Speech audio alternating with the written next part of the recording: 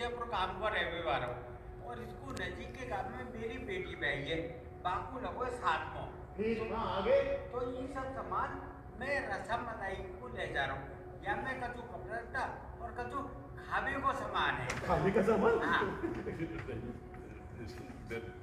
अजी कुछ तो कहिए भाई पूछना तो नहीं चाहिए लेकिन खाने के सामान में क्या क्या है? अरे सरपंच जी मैं छुपाऊंगा थोड़ी काबे के सामान में पूड़ी कचौरी और बूंदी का लड्डू और सरपंच जी सबरो देसी घी में बनवाए। परमानंद जी सुनिए तो सही, देसी घी मुझसे नहीं होगा अजी तो फिर कौन कहेगा, आप बताइए। रमाकांत से कहिए।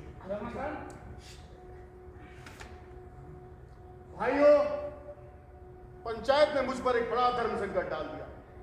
समझ नहीं आता कैसे कहूं, किन शब्दों में कहूं, पर बात चूंकि सबके हित की है इसलिए कहनी ही पड़ेगी। आप और हम पिछले कई घंटों से यहाँ फंसे हुए हैं और न जाने कितने घंटे और लग जाए। बीच की नदी भी चढ़ गई है, इसलिए हम में से न कोई गांव जा सकता और ना ही गांव का कोई आदमी यहाँ आ सकता।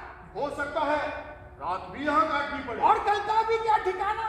तो सवाल है, लोग भूखे प्यासे रह सकेंगे क्या? कोई कुछ बोले नहीं, पर सच्चाई ये है कि भूख से सभी के पेट ऐंठ रहे हैं। क्यों ऐंठ रहे हैं या नहीं? अगर मैं आप सबकी ओर से अपने इस भाई से कहूं। अरे नहीं भाई नहीं, ये सब सामान मैंने कर्ज लेकर तैयार कर अपनी बेटी के काजे तैयार कर पाया। अगर बाकी घर नहीं पहुंचो तो हमारी काय इज्जत रह जाएगी। नहीं भाई, तुम हम लोगों को गलत समझ रहे हो। जहाँ तक हम पंचों का सवाल है, हम लोग तो कई दिनों तक भूखे रह सकते हैं, पर सवाल तो हमारे इन भाइयों का है। अब देखो ना, कितने लोग गांव से खाकर चले हो या कितने लोग वैसे ही। तो भाइयों, आप लोगों को भूख लगी है कि नहीं? अब तो आप हद कर रहे हैं पंडित जी। बारिश क्या रुकेगी नहीं? क्या आज तक रुकी नहीं है? अरे आप कहना क्या चाहते हैं भवानी जी? यही कि जब तक लाश पड़ी हो खाना एकदम वर्जित है। अरे भरोसे जी खुद कई दिनों तक उपवास नहीं करते थे क्या? कितना संयम था उनमें। और एक आप लोग हैं कि खलास छूट रही है।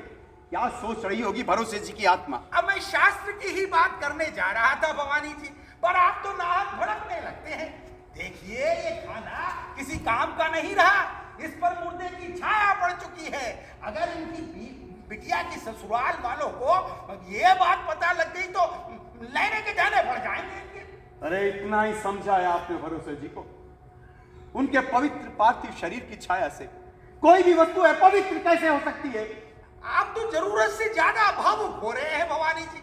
अरे मुर्दा मुर्दा है, चाहे वो भरोसे जी का हो या किसी और का। बिल्कुल, और फिर हमने तो एक सुझाव दिया है, अगर ये किसान भाई अपनी बिटिया को ये अपवित्र चीजें खिलाना ही चाहते हैं तो इसमें हमें क्या आपत्ति? क्यों भाई?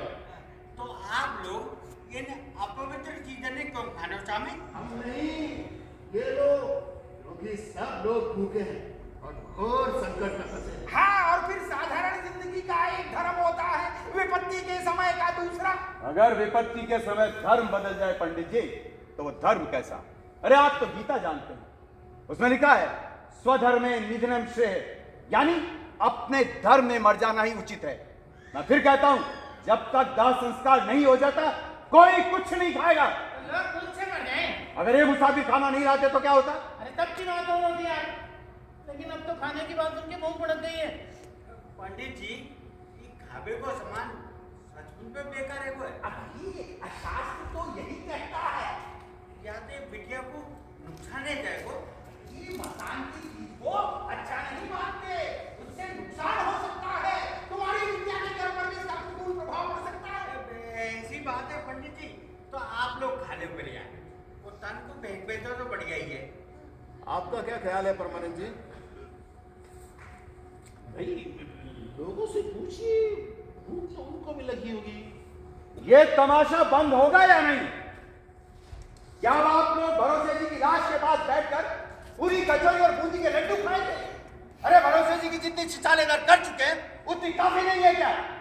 मैं फिर कहता हूं, जब तक दाह संस्कार नहीं हो जाता कोई कुछ नहीं खाएगा। तो क्या लोग भूखे रह जाएं? 2-4 घंटे रह जाएंगे तो मर नहीं जाएंगे। अरे मैं नहीं जानता था कि आप लोगों की आत्मा इतनी जड़ हो चुकी है। ये आपसे किसने कहा? क्या चेहरा लटकाकर बैठने से ही ज्यादा सम्मान जाहिर होता है? छोकड़े छाकड़े ऐसी बात कहते तो सह लेता है, लेकिन आप जैसे बुजुर्ग लोग भी इतनी ओछी हरकत पर उतर आए तब क्या कहूं? मैं फिर कहता हूं, अब अगर किसी ने खाने पीने की बात उठाई तो मैं आमरण अनशन कर दूंगा।